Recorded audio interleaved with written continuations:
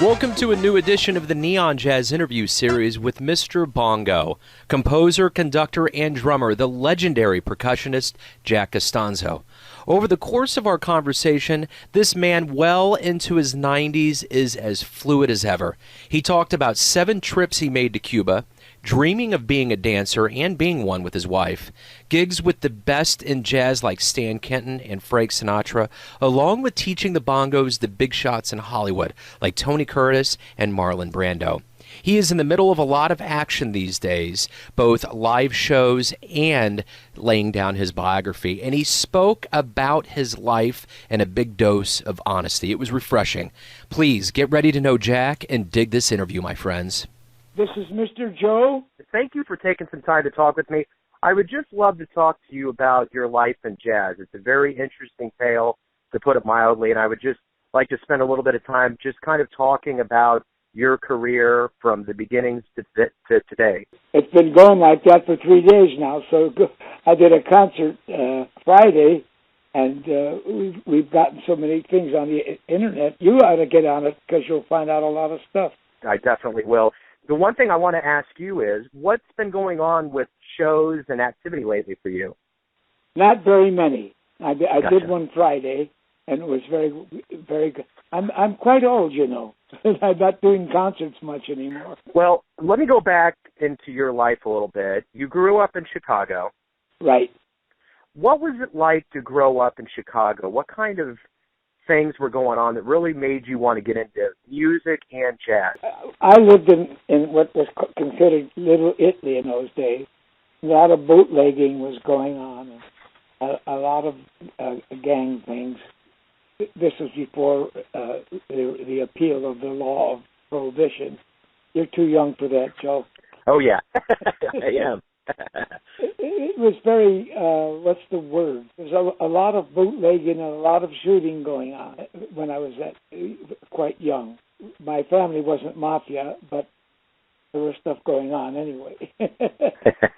Well, let me ask you this. Did the bongos pick you, or did you pick the bongos? I picked the bongos. I was going dancing in a ballroom called Mary Gardens in Chicago, and they brought a band from Puerto Rico to the ballroom, and he was there for 2 weeks. Anyway, the drummer on one song came up and played bongos, and I was hooked from then on. Now, when you were a kid, what did you dream about being? Did you always think about music, or was there something else? Dancing. And I did become a dancer. My wife and I were a professional dance team for about 3 or 4 years before the war broke out, and that's what I wanted to do. But I used to use the bongos in our act. When she took a dance solo, I'd follow her footwork with the bongos, and that's kind of like helped me to learn to play bongos because there was no one to teach me. Well, and it seemed like you got a really good lesson. I've been there 7 times now, and I love it to death. Talk to me about playing in the early days, and now I hope I'm in the right decade here, about the 40s with Desi Arnaz and Renee and the Cuban Boys. What was it like to really kind of start getting your career going and playing with talent like that? Well, I was a beginner, number one, and the reason they were choosing me was they had no other choice in Los Angeles. There were no bongo players. But it was very good for me because I learned to play quite well. And it was exciting, and especially the Lacona Cuban Boys, because they were internationally famous. They were not very famous in this country, but I got a lot of attention. Of course, I got the most attention with Stan Kenton. And then you went on to play with Peggy Lee and Charlie Barnett, Frank Sinatra. What was it like in that heyday to play with people like that? It was wonderful. I was in my glory. I started, excuse me, I was with Latin bands, and then Stan Kenton came in and offered me the job to go with the band, and we introduced bongos into conga drums, into American music, and later conga drums. And that was very exciting. I mean, I was a guy that nobody knew from anything, and all of a sudden I was a big star. It was great. Yeah. Well, not only did you play with a lot of stars, you taught stars like Tony Curtis and Marlon Brando. What was it like to teach the bongos to people like that? It was exciting. It was exciting, and Dad, you don't have to talk so close. when I was teaching somebody like Gary Cooper, it was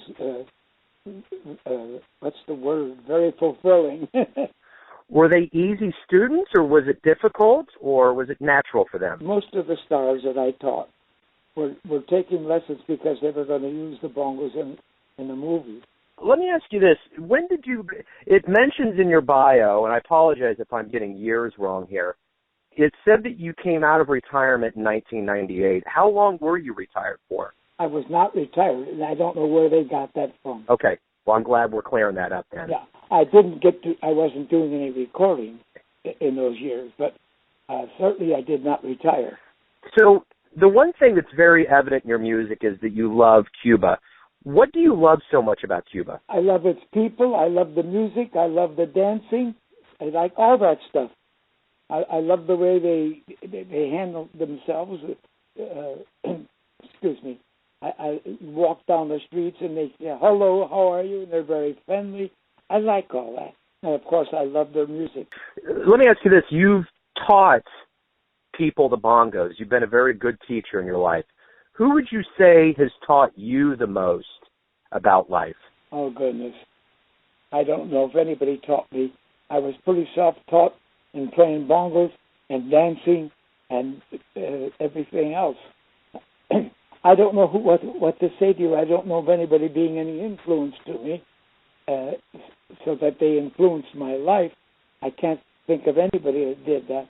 I was dear friends with a lot of people that were very big stars, but you know they were too busy to be teaching the bongo player something about life. So let me ask you this: who would you consider people that you have admired the most in music? Who had a really big influence on you and the way you approached your way of making jazz? When I joined Kenton, everything happened. I mean, nobody. We opened the door for using Afro-Cuban instruments into jazz, and that was very exciting because playing Birdland on Mondays and sitting in with all the great players was really a great thing. And I was in New York so many different times, playing at the Paramount Theater with Nat King Cole, with Stan Kenton, many times. And each time we were there for 3 and 4 weeks. So I had a chance to really get around and mix with the musicians, some of the great ones like Miles Davis and Fats Navarro, Lester Young, those kind of people. It was very invigorating. I've talked to folks that have been in that time period, and they tell me that you were just making music. You didn't realize Miles Davis was going to be Miles Davis. You didn't realize what the world was going to make out of these musicians. Is that the way you felt? You were just doing your thing, and now in 2015 it's a big deal? It was a big deal, yes. When I think about it now, it's still a big deal. It was a big deal being around people like Max Roach and Dizzy Gillespie and Charlie Parker. They were people that they didn't mean to teach me, but they taught me. Well, we're coming from the home of Charlie Parker, and it seems like every time I talk to someone, they talk about the influence that Charlie Parker had on them. And to be honest with you, I'm always blown away by everybody mentions him. Did you see that about Charlie Parker? Do you think that he's one of the most influential jazz musicians of all time? He was. Charlie Parker was a very influential musician. He had some problems that I'm sure that the music world knew about, and that was not very good. But he was probably the best player that I can think of on his instrument for bebop. What is the greatest thing? You've lived a very long, fruitful life.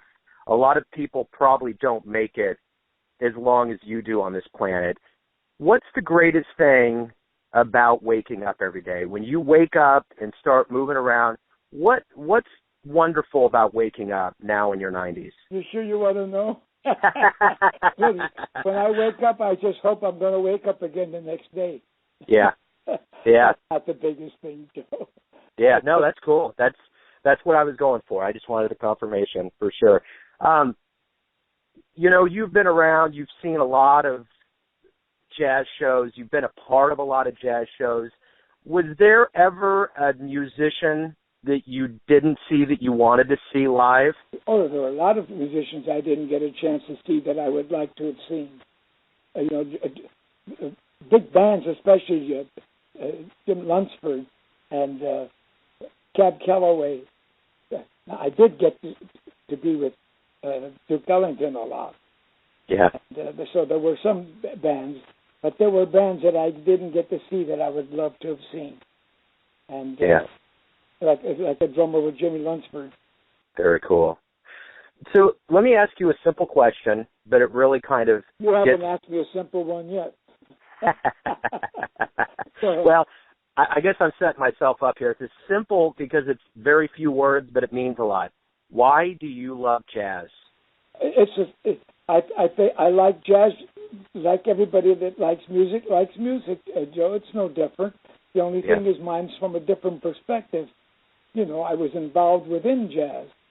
But you got to remember, jazz has been going around for a long time before I came on the scene. Yeah. And what I did was I brought a new element to the jazz music. They'd never used Afro-Cuban instruments in jazz before. So I did have that, and not everybody liked it. There are jazz guys that don't like it, Afro-Cuban instruments in the jazz. There are quite a few that don't like it, and I say tough. Yeah, absolutely. So this is my final question for you, sir. As the legendary Mr. Bongo, when you look back on your life and all of the years that you have given to jazz and all the music you've given to the world, how do you want the world of jazz to remember you? I don't think I'm much different than anybody else. I like the fact that I got a lot of publicity through my career. I want them to think of me, I think, as what I was. I didn't drink, I didn't smoke, I didn't do drugs, I never did any of those things. I'd like them to know that you can do what I did without indulging in those kind of things. That's what I would like.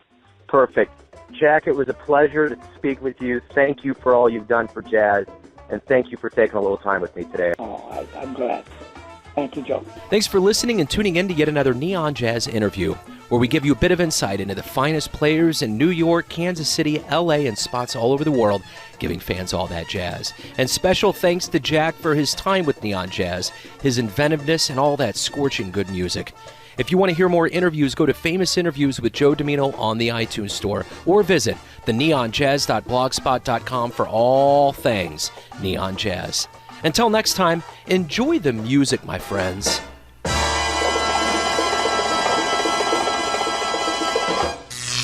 Neon Jazz.